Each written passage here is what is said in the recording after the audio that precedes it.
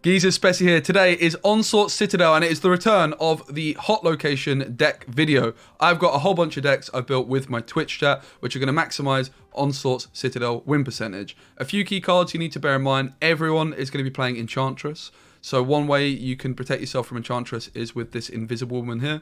If you have Invisible Woman down and your opponent uses Enchantress on her, she loses her ongoing ability, but the cards that are in her location, so for example you might have your Patriot there, will keep their ongoing ability. So Invisible Woman is your protection against Enchantress.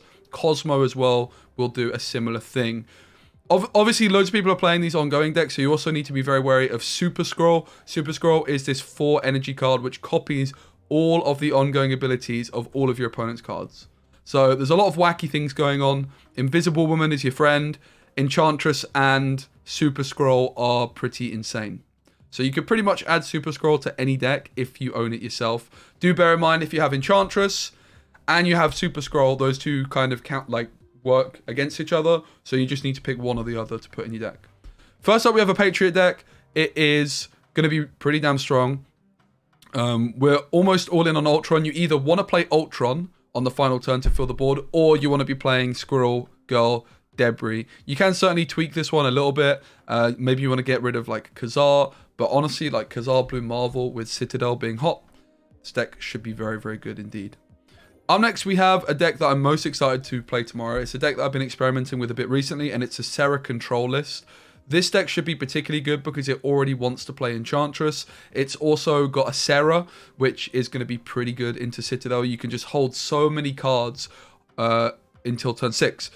Your Serra reducing the cost of everything, therefore, by 2, which means you could play Chavez as well as a bunch of other cards. Mojo is a card which we could replace. You might want to put Scarlet Witch in here, for example. Scarlet Witch would be a nice way of dealing with Citadel and just removing it from play. But the idea with this one is quite simple. You want to get your Bishop down on turn 3. You then want to be just buffing up your Bishop as much as possible with things like Mysterio. And then on turn 5 you play Serra. Turn 6 you play Angela, Killmonger, Mojo. The Sentinel is in there to play early on to give you some early board presence, while also not taking away from your surprise play on turn 6, because it's not getting rid of any cards from your hand every time you're playing it, which means you're still going to have plenty of cards to play on turn 6 with Serra. I think this one could be a pretty spicy list for tomorrow. Okay, we have Gambit Citadel. Perfect time to play some Gambit action. This is a deck that I posted a YouTube video on. Little bit of a difference in here is that we've added our own Super Scroll and we've added our own Rogue for today, replacing Luke Cage and Hazmat. Luke Cage and Hazmat you could still experiment with. We do have a separate deck for those, but this should just be a banging deck. Zabu has really improved the consistency of this one. Invisible Woman is keyed to prevent your Gambit from discarding your Odin and things like that. Moon Girl, Quinjet mean that you can get multiple Gambits on the final turn. Absorbing Man's going to be really cheap. You can play Magic on 5, Odin on 6, and then use Absorbing Man on 7 to copy your Odin, and it can go really, really crazy indeed. Okay, up next, let's look at the Hazmat deck. Hazmat, very similar build. The key difference in here is that we have a Debris. Debris is an amazing combo with Wong. You can play on turn number 7 because of magic. You can go Debris, Hazmat, for example, which is just insane into the Wong lane because you're putting a whole bunch of rocks down on your opponent's side of the board.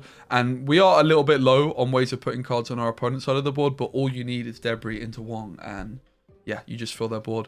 This is definitely worse than Gambit, in my opinion, because there's so many cards you need to draw. You need to draw your Hazmat, you need to draw your Luke Cage, you need to draw your Wong, you need to draw your Debris, you want your Odin as well. So there's a lot going on with this one. I don't think Hazmat is particularly good. You could certainly try adding some more cards which put cards on your opponent's side of the board, like Black Widow, for example, but you're going to ultimately lose out on some pretty nice cards like Moon Girl, Absorbing Man, which I want to play all these cards, but you could maybe experiment with like Green Goblin, Black Widow, those kinds of things as well.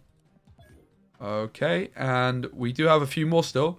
This is a double Enchantress deck. We mentioned that lots of people are going to be playing Invisible Woman to protect themselves from Enchantress. One way that you can counter that is you can Enchantress the Invisible Woman and then Odin your Enchantress later on. So this is an Electro ramp deck with the key difference just being an Enchantress here instead of what would have been Leader back in the day. Also, Hobgoblin is a bit of a surprise inclusion. I just think Hobgoblin is a pretty solid option at the moment in these Electro decks, with the fact that Leader has been kicked out. You could go for Vision in this slot, you could go for Captain Marvel, you could go for Sandman, but I quite like the idea of Hobgoblin. You can try and clog your opponent's lane and things like that.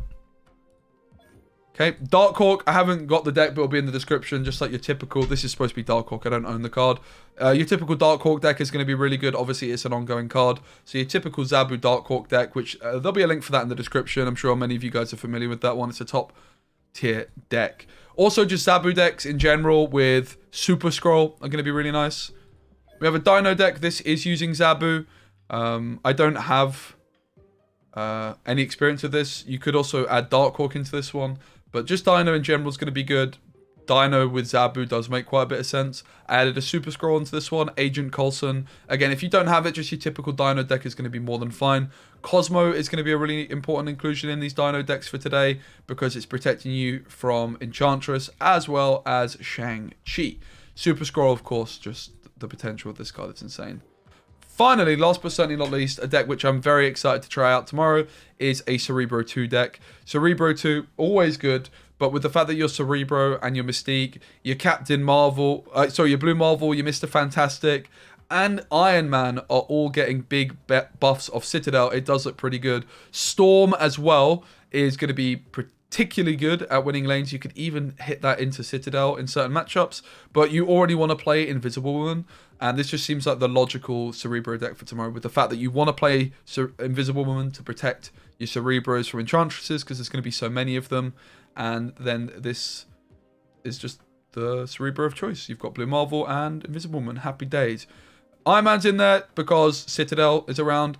It's just a good card in Cerebro 2 anyway. Usually this is a Hobgoblin, I would say, is slightly better. But yeah, those are all the decks for Citadel that I can recommend. If there is any that you think that I've missed out, let me know in the chat.